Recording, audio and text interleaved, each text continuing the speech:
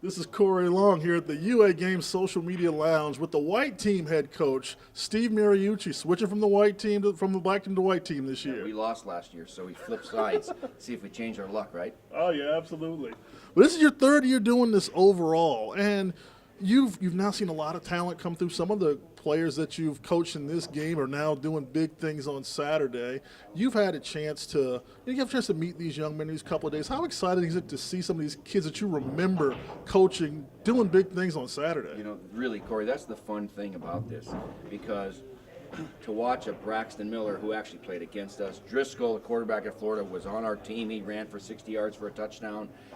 Clowney, who's playing South Carolina, he was on our team, and I remember putting my arm around the guy during the game. I need a sack out of you right now. Okay, coach, and he got one. You know, it's just, and it's so fun to see these guys really playing well at the college level, and hopefully someday some of them will be in the league. And so that's one of the fun things, of course, watching these kids progress, because that's, you know, their ambition.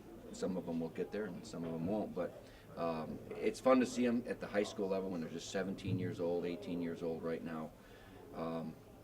You know, they're eager and they're having a good time, this is a fantastic week. There's no doubt about it. It's just been a lot of fun. Now, you don't have a lot of time to spend with the kids. You have 3-4 days really to have a chance to really talk with them and get a chance to know them. On the field, what do you want the teaching process, what do you want them to get out of this week that they could say that Coach Mariucci taught me that really helped me prepare for that first week of training camp when they get to that college program and things are going to get that rude awakening? Yeah. It's hard to teach them a lot in just, it's a short week too. I just got here, flew in last night. In fact, when I flew in, it was at midnight. New Year's, the fireworks were going off in Disneyland right by our airplane. It was a lot of fun to watch. And so my week is a little bit shorter than hers. And the offense and the defense that we teach them is very simplified. It's you know, it's not much. But you hope that they learn a little bit about what the expectations can be for them, about being as good as they can be. And I think their high school teammates and coaches expect a lot out of these guys. I think they expect a lot of themselves, and they get to see themselves compare with other great players around the country, and it's quite an accumulation of talent. And so some of them feel more comfortable this week than others, but you just hope that each guy learns that it's going to require a maximum effort on their part. In school, on the field, preparing themselves, taking care of their bodies, you know, as a year-round habit and process. Some of these guys have gotten along by just being the biggest, strongest, best athlete in the school, right? Well, now they're going off to colleges where there's great competition and there's others like them. And so you just hope that they figure out that there's a lot of other kids out there that want the same thing that they do, and that they need to give it the best effort they can give it in order to succeed at the college level. Now, you, of course, were a head coach at Cal, then went on to the NFL where you're head coach for the 49ers and the Lions.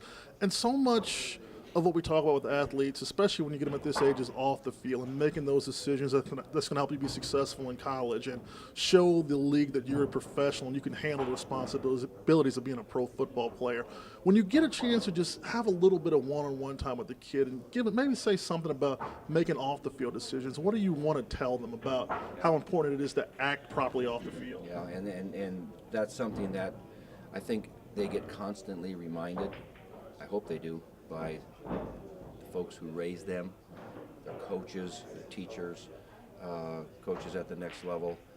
Herm and I, we're certainly going to grab a kid or two and make sure that they make the right decisions. It's all about doing the right thing and representing themselves and their family and their school or their organization in a proper fashion. And as you see, you know, what we hear about and read about, even in the NFL, is some things that we're not all that proud of, you know, and guys do make mistakes at times, and I wish we could dwell more on what good most of these guys are doing, because they're doing so much good things with their charities and foundations. But these kids need to, it's part of growing up. Yeah. It's part of, now they're going to be pushed out of the nest and they're not home in high school. they're off in college, and there's a lot of time on their own. Even the college coaches only get them 20 hours a week.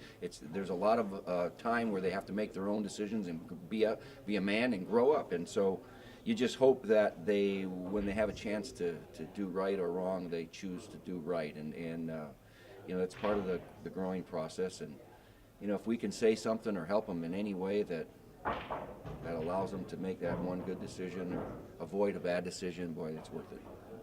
Now, we see you out there in the field, you're having fun, you're passionate, you've got many years of head coaching experience out there. After you're done with this All-America game, do you kind of get that itch and say, maybe I want to go back and do this thing full-time again? There's some job openings out there for you. Yeah, there are. You know what we've been doing after this game's over?